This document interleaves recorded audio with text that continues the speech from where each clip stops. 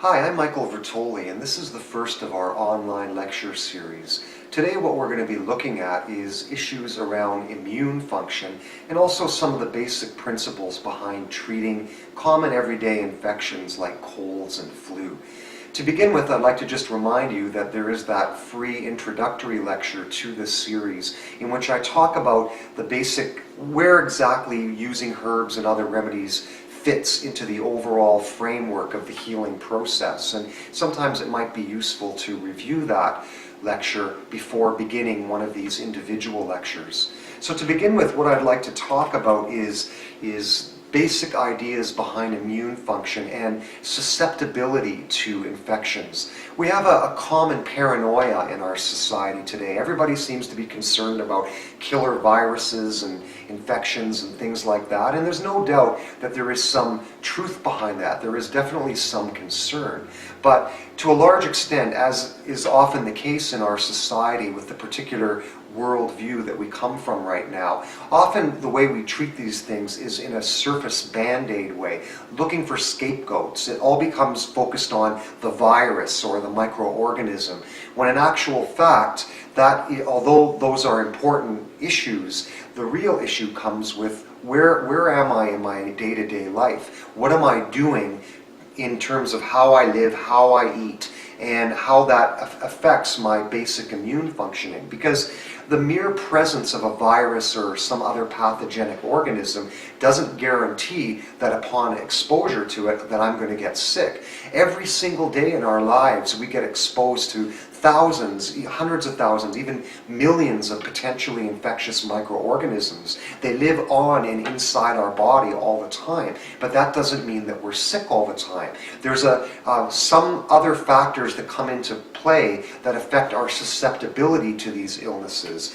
and to a large extent it has to do with the various aspects of how we live and how they influence our immune functioning day to day. So in terms of understanding that, we realize that there's a lot of things that we can do to strengthen our immune system so that our susceptibility is minimal as much as possible, so that when we get exposed to these things we don't necessarily get sick. Now, I have to say that in terms of susceptibility, one of the most important things, and this is one of the reasons why this particular reductionistic worldview doesn't really work for us, because when it comes to basic immune functioning, one of the most important factors that can negatively impact how our immune system is functioning is stress, and in particular fear and anxiety. So if we approach our life day to day in this state of fear or paranoia about, oh my God, I don't want to touch that doorknob, I don't want to touch that handle of that shopping cart in the store, oh my God, somebody sneezed down the hall, and coming from this place of being constantly in this state of tension or anxiety, stress, fear around being exposed to these things, that is one of the most important factors that can negatively affect our immune functioning. So first and foremost, our outlook on life, being paranoid, being afraid, coming from that place of, okay, that stuff is out there, so what? In actual fact, we need to be exposed to pathogenic organisms on a day-to-day basis. It's good for us, just like it's good to lift weights to strengthen your muscles, just like it's good to go to do some kind of aerobic exercise to strengthen our respiratory system and our heart and circulatory system. Similarly, our immune system needs to have these little challenges on a day-to-day basis, because it allows it to rise to the occasion and to basically it strengthens it. These little stresses help to strengthen it. Now, that doesn't mean we want to go out there and expose ourselves to something that's really out there and go out of our way. But what it does mean is that those little things don't really matter that much. Now, if I'm in a severely immune-compromised state, it's a different story. But for most of us living day to day, these kinds of things aren't a huge concern. But one of the most important things we can do in terms of protecting ourselves from us is just come from a place of embracing life, embracing our experience, and not getting paranoid about every little exposure that we have. In my life, I've never been particularly concerned about these things, and I hardly ever get sick. But I do a lot of things on a day-to-day basis in terms of my basic outlook on life, in terms of how I eat, how much exercise I get, and a lot of these other things that keep my body, and in this case more particularly my immune system, strong. So that's one of the things to keep in mind. First of all, stress, anxiety, fear. These are things that have a tremendous capacity to compromise our immune functioning. Now, a lot of other things that come into play have to do with a lot of the other day-to-day things that we can discuss and I can repeat ad nauseum, but they're basic things that have to do with how I live and keeping my body functioning, not just my body, my emotions, my mind, keeping my whole being functioning in a good, harmonious state day to day. So a lot of these things come into play. Obviously, diet comes into play. We need to eat a good, natural diet. We need to minimize our exposure to our consumption of heavily processed foods. Foods that have a high glycemic load, that is, things with a lot of simple carbohydrates that have a capacity to rapidly raise our blood sugar levels. We know that overconsumption of animal proteins, especially red meats and dairy products, can have a negative effect on our immune functioning. Again, heavily processed foods with a lot of preservatives and additives, but which basically goes hand in hand with heavily processed foods. Foods that aren't organically raised or organically grown, heavy exposure to things like various agricultural chemicals, pesticides, herbicides, etc. All of these things, each one of them in and of themselves may not be a major, unless we get exposed to for some reason, a very heavy exposure to some particular pesticide. Most of these things on a day-to-day basis, those little things, may not have in and of themselves a huge impact. But when you add them all together, toxins from the air that we breathe, toxins in our water, and all these things that are potentially in the food that we eat, together they add up, and cumulatively they have a net synergistic negative effect on the functioning of our body as a whole and on our immune system in particular. So eating good quality food, not overeating, and then of course getting sufficient exercise. Exercise is very, very important. On a day-to-day basis, getting enough activity. In our society, we tend to live a very sedentary life, most of us. So you've got to get out there, be active, walk as much as we can, get regular aerobic exercise, and that is also going to have a beneficial effect on our immune system. Now, another thing this is something that isn't spoken about very often, but how we breathe is very, very important. One of the patterns that people in our society often get into is breathing through their mouth a lot. Now, here I am lecturing. When you're talking, sometimes it's difficult to breathe through our nose, but when we breathe through our nose, there's a whole filtration process whereby the air that we breathe is filtered. The hairs in our nasal passage, the cilia, which are tiny microscopic hairs in the cells that line the respiratory tract, the mucus itself, it's designed to trap things like particles in the air, microorganisms, viruses and things, and to allow us to get rid of them by blowing our nose, by coughing it up or whatever. So one of the roots major routes through which potential microorganisms can get into our body is through our respiratory system, and that's an important factor.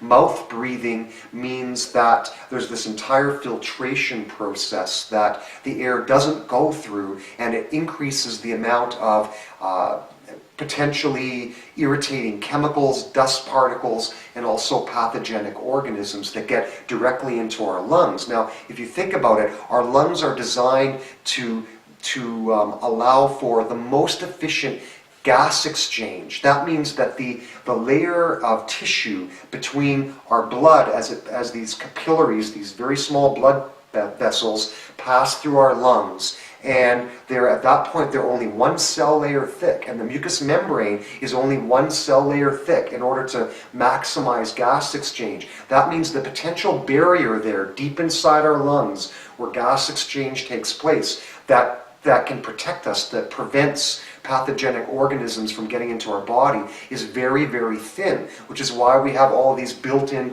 defense mechanisms higher up in the respiratory system that are designed to filter these things out, including immune cells, which actually wander around the surface of the mucous membranes in our respiratory tract in order to help protect us. So that's something that needs to be kept in mind as well.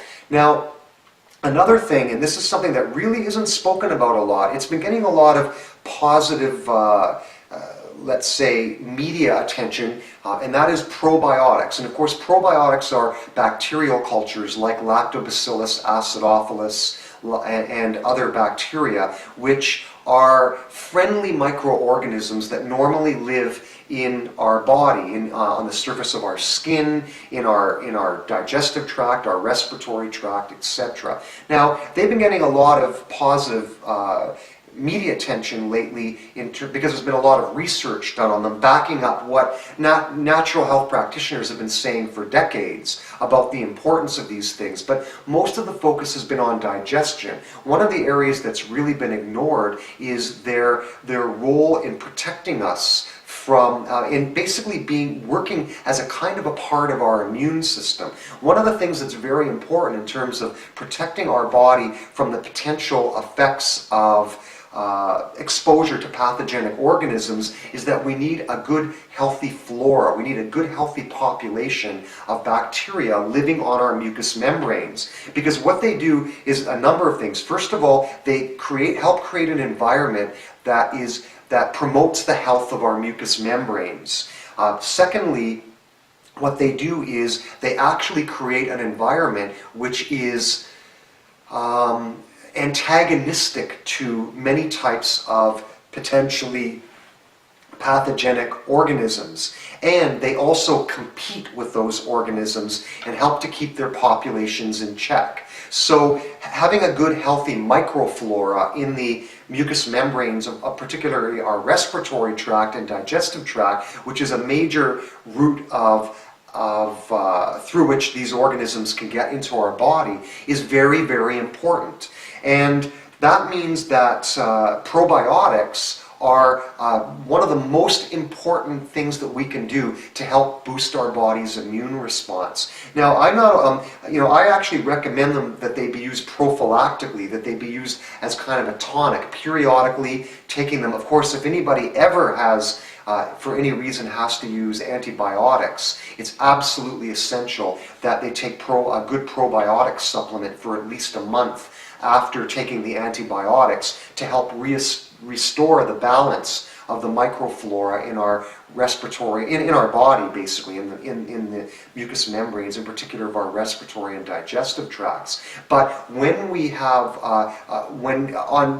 there's a lot of things that we do, a lot of things that we're exposed to day to day that can throw off the balance of these microflora. So I generally recommend a couple of times a year just taking a nice probiotic supplement for a month or so, just to help maintain that balance. But one of the things that is really ignored when it comes to treating day-to-day infections is the importance of probiotics in infections. In fact, even if we ignore using supplements and using herbs as a way of treating acute infections, if all we did when we started to get sick was take a good probiotic supplement, that in itself has the potential to significantly reduce the length and severity of the symptoms that we experience. Now, I don't recommend doing it on its own, but I do regularly point out the importance of them in terms of the overall treatment protocol. So I always recommend as a starting point, whenever anybody feels like they're starting to get sick,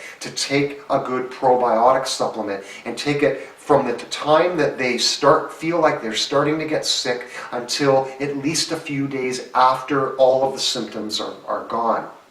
Now, what does that look like? Well, first of all, again, anybody viewing this lecture could be, living in different areas, and there's different companies and there's different products out there. But you want to, ask people that work in the health food stores or other natural food stores or whatever, where you shop, and ask them what are the good reputable brands in your area in terms of what's available. But the one thing I will say is that in general, you'll usually get better results from probiotic supplements that have several different strains of probiotics in the same supplement, at least 2 or 3. Sometimes some of them might have 4, 5, or 6. And the reason for that is because they have different roles. In some cases, some of them colonize different areas of the digestive or respiratory tract differently, and also everybody's body is different. So some of them that take better in one person's body might not take as well in another. So by having a variety of them in the same supplement,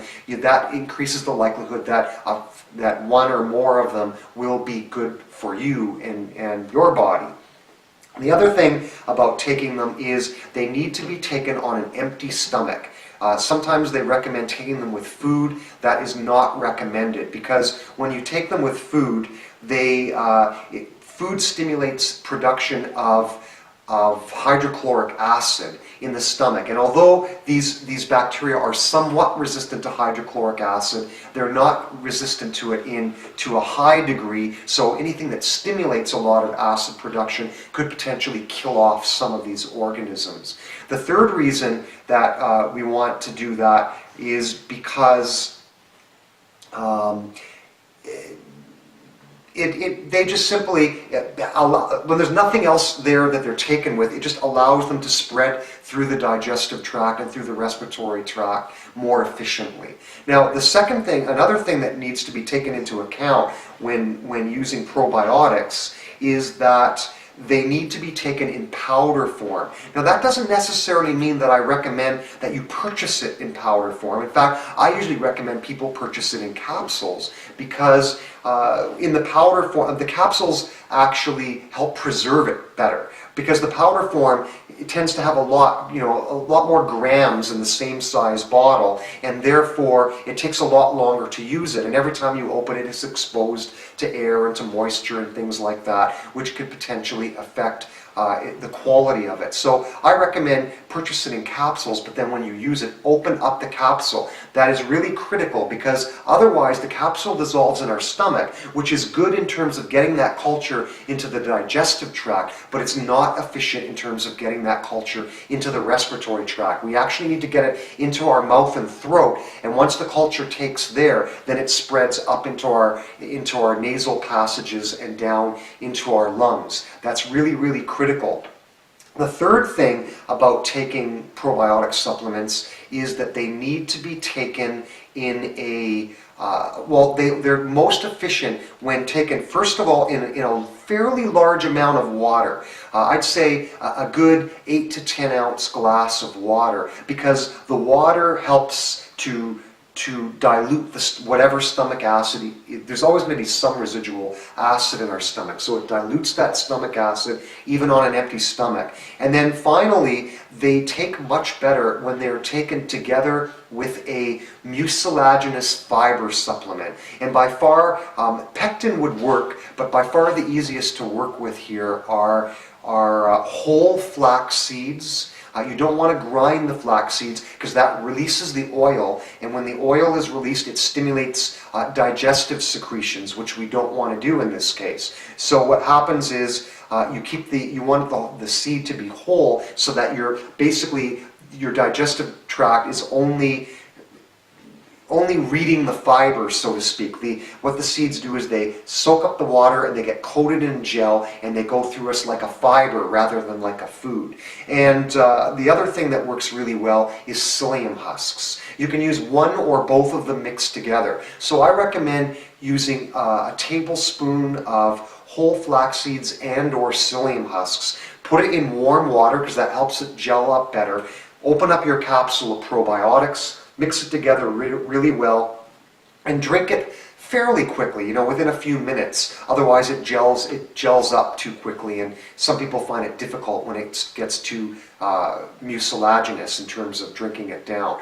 What that does is it actually helps to, first of all, what the mucilage does is it puts a coating on the digestive tract, and the bacteria coat with it. So it helps them to kind of stick to the walls of the digestive tract, but also these organisms actually eat that type of fiber. So it actually gives them a food supply to help them to begin to proliferate and to spread in the respiratory and digestive tract. So I usually recommend taking that first thing in the morning, and then wait at least a half an hour before eating or drinking anything else except water to allow that to move through. It will empty from our stomach fairly quickly because there's no food there that needs to be digested, so it doesn't signal that the stomach needs to contain the contents. They just move through. It's just water and fiber.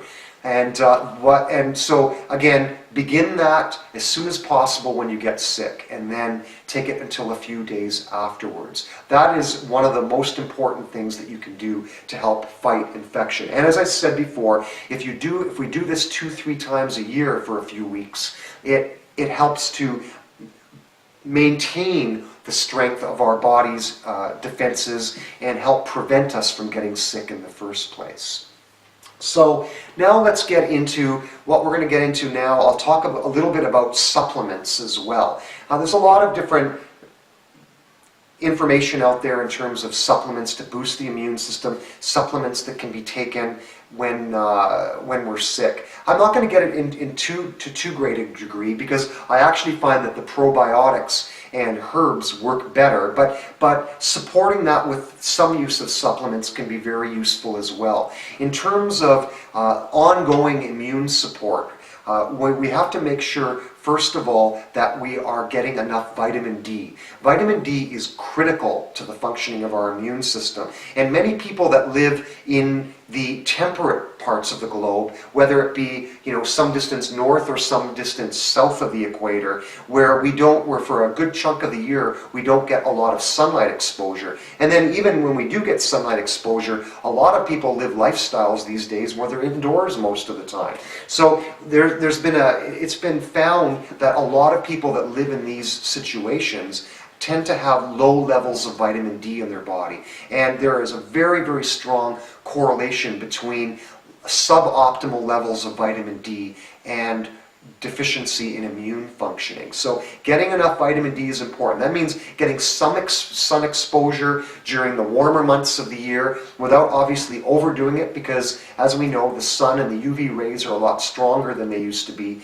And that means that, it's very easy to get sunburn and skin damage as well. The other thing too is that people in our society tend to rely too much on sunglasses. And for vitamin E production, we need some of that bright sunlight to get into our eyes. Wearing sunglasses all the time significantly cuts down our body's vitamin D production.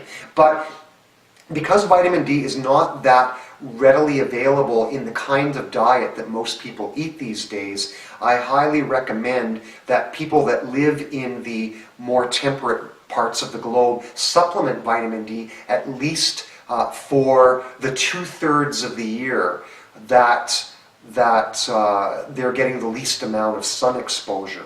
During the spring and fall, maybe 1,000 units a day might be enough. But then during the winter time, probably the 6 months of lowest level of light of the year, I usually recommend about 2,000 units per day. And that will do a lot in terms of maintaining immune functioning. There doesn't seem to be a lot of evidence that boosting up vitamin D, the amount of vitamin D we take when we're actually sick, has a huge impact on it. It really seems to be more about maintaining decent levels of vitamin D throughout the year more as a prophylactic, as a preventative effect. But it also means that if we're maintaining sufficient amounts of vitamin D when our immune system really does need to kick in and fight an infection, that it's better able to do so. So Maintaining a certain level of vitamin D, very, very important. Another thing that's very important is trace minerals, especially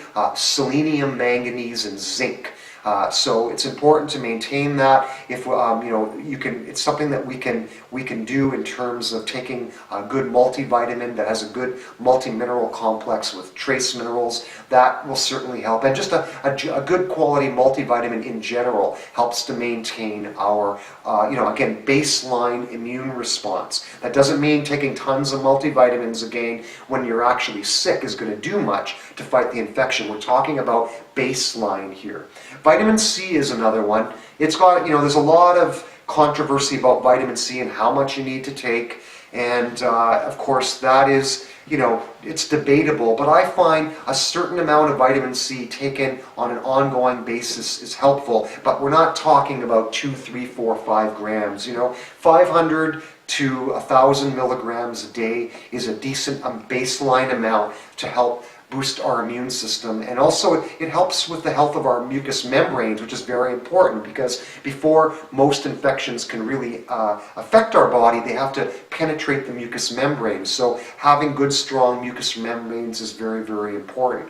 The important thing about vitamin C, there's a lot of different types of vitamin C out there, and again, what's available for each of you in your own locale is going to be different, but in terms of recognizing a good vitamin C supplement, I recommend usually about a 500 to 600 milligram supplement a day, per dose. You can take that once or twice a day as a baseline. Because your body eliminates it quickly, spread out those doses. So if you're taking 2 a day, take 1 with breakfast and 1 with dinner. That's a decent amount. But in terms of recognizing a good vitamin C supplement, what you want in that supplement is, first of all, a mineral ascorbate is better than ascorbic acid. So look for something like calcium ascorbate, magnesium ascorbate, not sodium ascorbate, because most of us are getting more sodium than what we need. But a mineral ascorbate is a more efficient way to take it.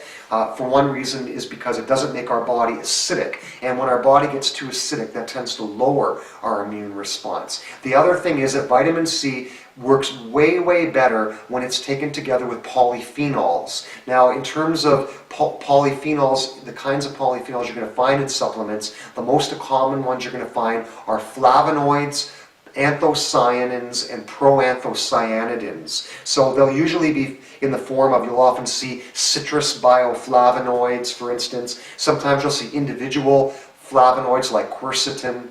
Sometimes what you'll see are anthocyanin extracts like what you might find in berries or like bilberry, blueberries, etc. You might find proanthocyanidin supplements or extracts like what you might find in pine bark or grapeseed extract. But something like that, a good vitamin C will have the vitamin C in the form of a mineral ascorbate and a good natural source concentrated polyphenol extract of some kind or another. Very, very important. And again, so you can take that once or twice a day for baseline immune functioning, but that is one thing that I find does help to increase the dose of when you actually get sick, to boost your immune response. Personally, I haven't found it necessary to get into those high 2, 3, 4, 5 gram doses, especially when we're using herbs and probiotics as well. But I'd say about 500-600 milligrams, 1 capsule with each meal is a good dose to take when sick. Zinc is another one that also boosts our immune system when sick, but you don't need super high doses. I'd say 10-15 milligrams taken twice a day. Again, breakfast and dinner is another good one to take. And again, vitamin D is important, but the vitamin D works better if we're maintaining those vitamin D levels all the time, as opposed to waiting until we're sick and then suddenly taking large quantities of it. Okay, so that, in terms of supplements, I think that's pretty basic. We don't need, again, if we're utilizing the probiotics, we're utilizing a limited supplement regimen like what I mentioned, together with using herbs. That works really, really well, and you'll find collectively the impact is tremendous. So now what we're going to do is we're going to get into talking a little bit about herbs. So, in terms of using herbs, there's 2 basic approaches here. First of all, we can use herbs prophylactically. We can use herbs to boost our body's immune response in order to prevent us from getting sick. A lot of people are familiar with purple coneflower, the various echinacea species. And it's not uncommon for people to go out there when they get sick and get some kind of echinacea tincture or whatever. And often people get mixed results. And the reason that they get mixed results is because although echinacea is definitely a very effective immune stimulating herb, it actually works better when it's taken in a formulation as opposed to in the context of taking it on its own. So getting back to this idea of prophylactically using herbs as a preventative to keep our immune system functioning at an adequate level, what we need to do is to understand how to put together a very basic immune system stimulating formulation. And of course how to use that. So to put together a basic immune stimulating formulation, we basically need 3 types of herbs. First of all, and by far the largest proportion of our formulation should consist of immune stimulating herbs like echinacea, but they work a lot better when you combine several of them together than when you take only one of them. And there's plenty of them out there. In the handouts that go with this lecture, there's a list of them, but they include things like plantain and elderflower and elecampane root and boneset and others. So what you want to do is put together at least 2 or 3 of those herbs as the core herbs in a formulation. And generally speaking, you want each of them to be at least 20% of your formulation in order to get the full benefit of them in the context of the formulation as a whole.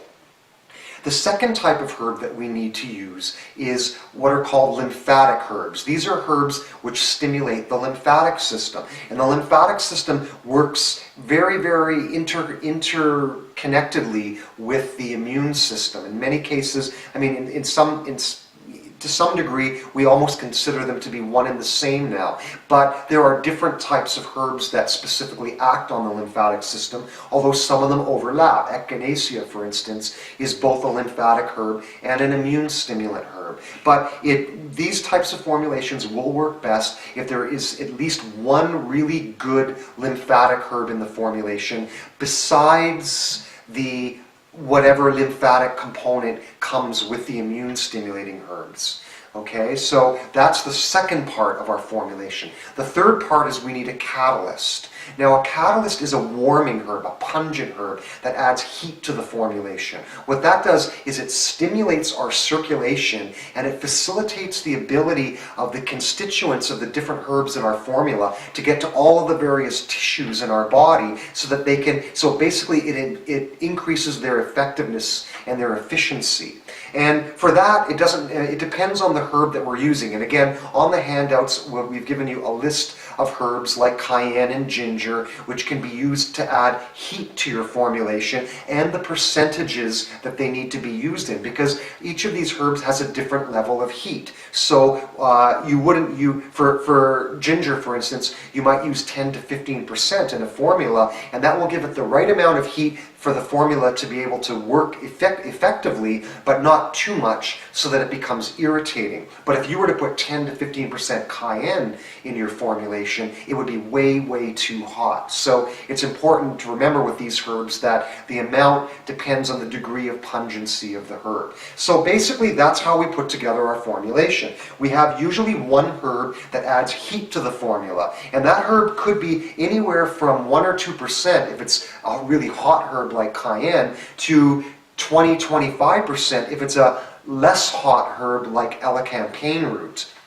Then we need a really good lymphatic herb, one that isn't necessarily noted for its immune stimulating properties, although it may have some immune stimulating properties. Something like one of the galium species like cleavers or bedstraw.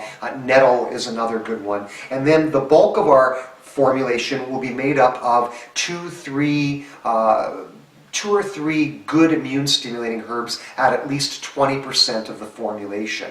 When we do this collectively, put together a formula like that, what we end up with is something that is much, much more, many times more effective than taking a single immune stimulating herb like purple coneflower or echinacea on its own.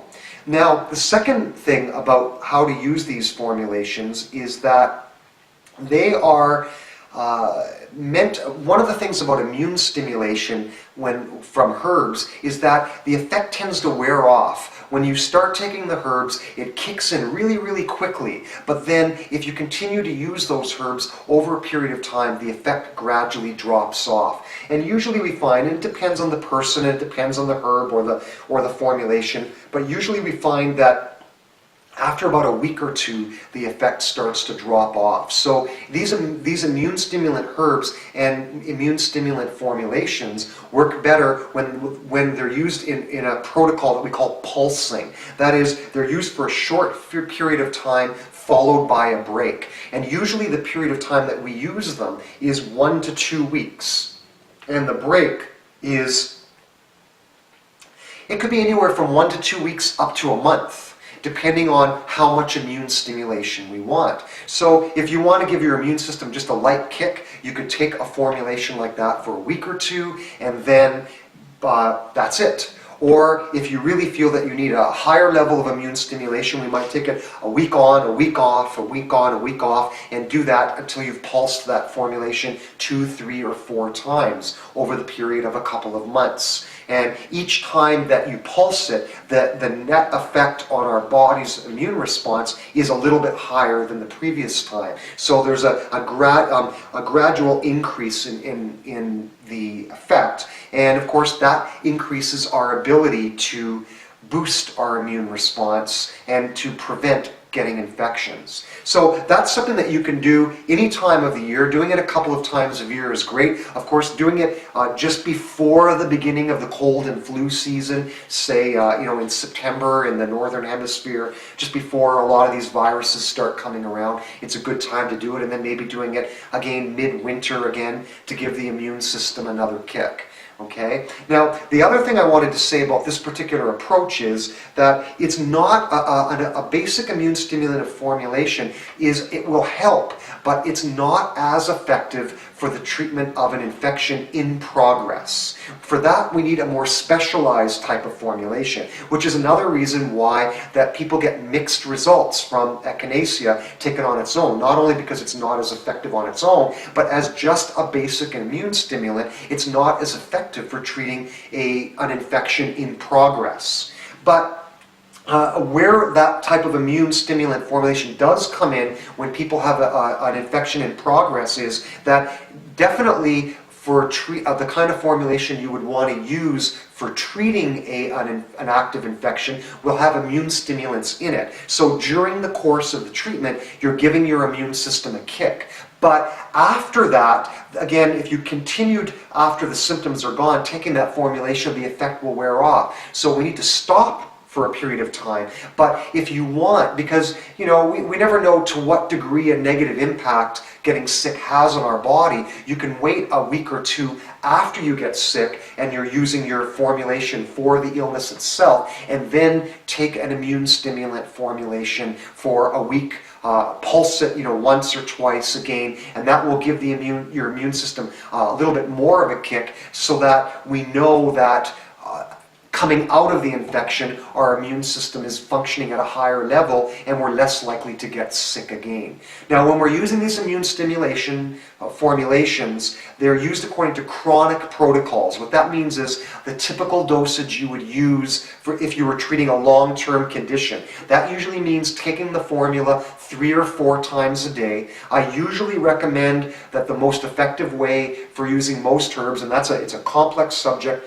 not something I gotta get into here in detail, it's virtually a lecture in itself, but I usually recommend using them in the form of tinctures, preferably tinctures made from fresh herbs as much as possible, just because they're a lot more effective that way. So typically you would use the typical dosage of a tincture. I usually use them in the 1 to 5 potency, which means that the typical dosage is about 4 or 5 droppers full. And what I mean by a dropper, some of these companies on their labels, they'll recommend the dosages in drops. I usually recommend a dropper. Now, most dropper caps have the same size bulb, and it's the bulb, not the length of the pipette, the glass tube, that actually determines the dose. So even if you've got different lengths of tube, if the bulb is the same, the amount that you get when you squeeze it is going to be the same. So this is a 50 ml dropper. If I squeeze that bulb completely, as you can see, what you get there is that the tube is about half full. Okay, that's what I call one dropper. That works out to approximately 3/4 of a ml per dose. Per dropper. So you squeeze it once, you get that approximately 3/4 of a ml. For 1 to 5 potency tinctures, the typical chronic dosage for this kind of thing for an adult is about 4 to 5 droppers taken 3 to 4 times a day. And these herbs should always be taken on an empty stomach. The best time to take them, I recommend, is about 5, 10, 15 minutes before you eat, and then if you need to take a 4th dose, take it about a half an hour before you go to bed. You want your stomach to be as empty as possible because they absorb more efficiently. Now, if you forget to take a dose, you can still take it after you eat or when your stomach is full, because it's really critical to get that number of doses per day. It's better to take it in a non-ideal situation than to miss the dose altogether. So if you forget, we want to try as much as possible to take it at that ideal time, but if we forget, take it at a non-ideal time, because it's still more effective than missing the dose completely. Now that's for a 1 to 5 potency tincture, but many of the different tinctures on the market, they might be stronger, they might be weaker, so you have to follow the directions of whatever herbs that you're using, and they will give you the recommended dosages that are applicable to the dose that you're taking. I can't give you every possible dosage here because there's so many different types of products out there, but that gives you a general idea. Now, so what that works out to then is about a little bit, 4 or 5 droppers, say 5 droppers would be about 3/4 of a teaspoon.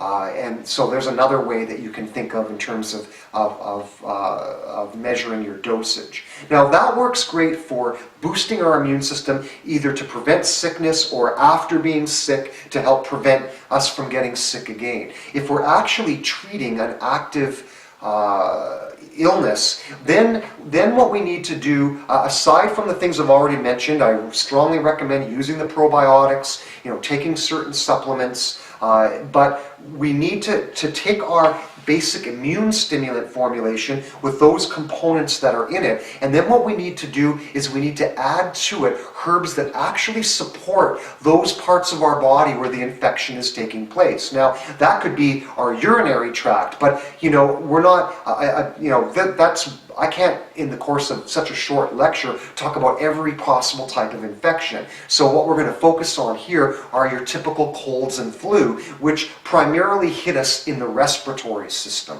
So what we need to do here then is to, aside from having our warming herbs that act as a catalyst to increase the efficiency of our formulation, we need to have our immune stimulants, and it would be good to have a lymphatic if that doesn't make our formulation too complicated, but we also need to have herbs in a formulation like this that supports the functioning of our respiratory system, because our respiratory system is going to be undergoing various means through coughing, through runny nose and other things, producing symptoms to help cleanse out our body, to help eliminate the infectious organism, toxins, and other things. So we need to support the respiratory system. That means we need to use herbs that address the symptoms of our upper respiratory tract, and we need to have herbs like expectorants that support the lungs, that help us to cough things up out of our lungs so we don't have this gunk in our lungs, a mixture of bacteria or viruses and mucus and things clogging things up and aggravating the infection. We need to facilitate that cleansing and elimination process that our body undergoes when we're sick. So then we need to add our respiratory herbs, and again, on the handouts that go with this lecture, We've got a list of those herbs that support the upper respiratory tract, the nasal passages, and herbs that support the lungs, which would need to be added into that formulation to make it a complete formulation. And it may sound complicated, but when you look at those herbs on your sheet, you'll find that many herbs, like accompanying, for instance, is both a warming catalyst herb, and it's an immune stimulant, and it's somewhat lymphatic, and it's a good expectorant for the lungs. So when you start to see that kind of thing, you can see how you can put together a basic formulation and address all of these components without it having to be too complicated. And again, with the exception of our catalysts, our warming herbs, most of the herbs in our formulation need to be at least a 20% level in order to truly bring what they have to bring to that formulation and have it be an important and effective component of that formulation. So that's something that needs to be kept in mind. So an example in terms of putting together a basic formulation, let's say I wanted to create a very simple, fundamental type of immune and respiratory formulation to treat a flu. Well, I could put a formulation, let's say I chose to use elecampane. It's a really good herb and it's warming. So if I put, say, 20% elecampane in that formulation, it adds the heat that I need to that formulation, and it's a good immune stimulant, and it adds a little bit of lymphatic support to that formulation, and it's really good for the lungs. So I could add to that echinacea and put that in at 20% as well. And if I add that echinacea, now I've got another herb that boosts the immune system. Echinacea is very synergistic with elecampane, and it also supports the lymphatic system. Now I've got 40% core. My heat, my catalyst component is represented. I've got a good immune stimulation. Now I could bring in an herb like let's say elderflower. Elderflower mildly supports the lymphatic system. Throw that in at 20%. It also mildly supports the lungs. It boosts the immune system, and it helps reduce excess mucus production in the sinuses. So now I've brought a little bit more support for the lungs, support for the sinuses, and additional support for the immune system. Let's throw in another herb. Let's throw in a fourth one at 20%. Let's bring in broadleaf plantain. It could be either the European species Plantago major or the North American species Plantago rugelii. There's another herb which supports the lymphatic system, supports the immune system. It helps also reduce excess mucus production in the nasal passages, and it also helps to, it mildly supports the lungs as well. 4 herbs that each satisfy multiple criteria for our formulation. Now let's bring in something, and on top of that I should have mentioned that echinacea and elderflower are both antivirals, so they help directly attack the cold or flu virus. So now let's bring in one more here to sort of top off the formulation. And a good herb that you could include here would be a herb like thyme. Thyme is a very powerful antiviral herb. But it also has a decongestant effect, helping to clear congestion in the sinuses. It's a very good expectorant for the lungs as well. So that one is a good one for sort of topping it all off. So we've got more antiviral, more support for the lungs, something that decongests the sinuses. So and it also, elecampane at 20% is warm, but not quite that warm. That 20% thyme adds a little bit more heat to our formula. So collectively, very simple formulation. 20% thyme, 20% plantain, 20% elderflower, 20% echinacea, 20% elecampane. Those 5 herbs, very simple, not too complicated. They cover all aspects of what we're trying to achieve through this formulation. And they're all very, very common herbs that are readily available in dried herb form. You could do this as a tea, although as I said, I prefer to do it as a tincture, but you could get these herbs in tincture form, mix them, or you could use that as a temperature template as a way of judging, ready-made formulations that are out there on the market, and look for something similar to that. So we've provided you with these handouts that talk about some of the basic herbs that you can pick from each of these categories. Now what you need to understand is that the protocols, the way we use a formulation to treat an active infection, is different than the way we use to treat to simply support our immune system. When we are treating an active infection, these herbs have to be used. First of all, you need to start as soon as possible. The sooner you start, the better. One of the biggest mistakes that people make is they wait until they've been sick for a few days before they go to the store and buy something to treat it. Get on those probiotics right away. Get on a good herbal formulation right away.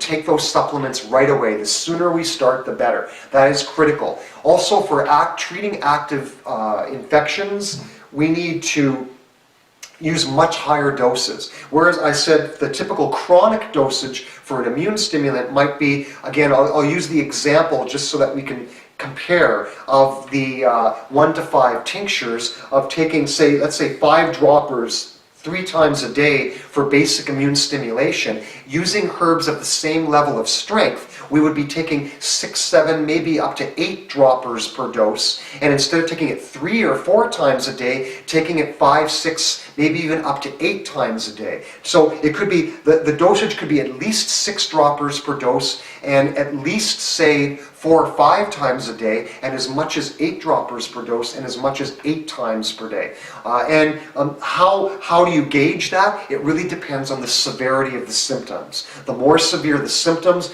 the higher the unit dose, the more frequent the dose. Of course, it's not going to be possible to make sure that every dose is taken on an empty stomach when you're taking it that frequently. But again, as I said, take it on an empty stomach as much as possible, but get that frequency of dose in order to get the degree of effect that we need. The last thing we need to know, so start as soon as possible. Don't just rely on the herbs. Do at least the probiotics, if not the supplements as well. But at least the herbs and the probiotics. Start as soon as possible. But that means we don't wait till we get sick to go to the store and get these things. Anybody who wants to be prepared to treat illnesses in their home should have probiotics and a good cold and flu formulation in your house all the time. So that at the moment those symptoms start, you're ready, they're there, and you start taking them.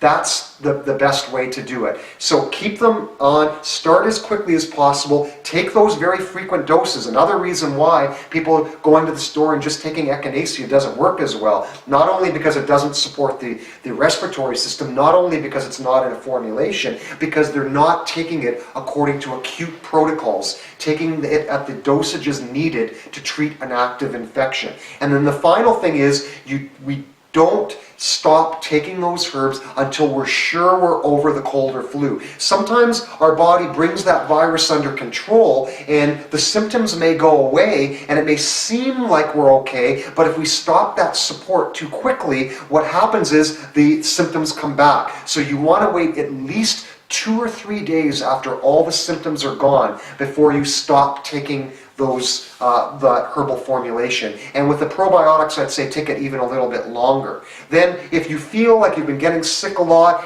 if the symptoms were really intense, if there's any reason to believe that you have some degree of immune weakness, what you want to do then is take a basic immune stimulant formulation, wait a couple of weeks, and then pulse with it once or twice for about a week, just to give your immune system that extra kick. That's the basic protocol, and the protocols for all infections are the same.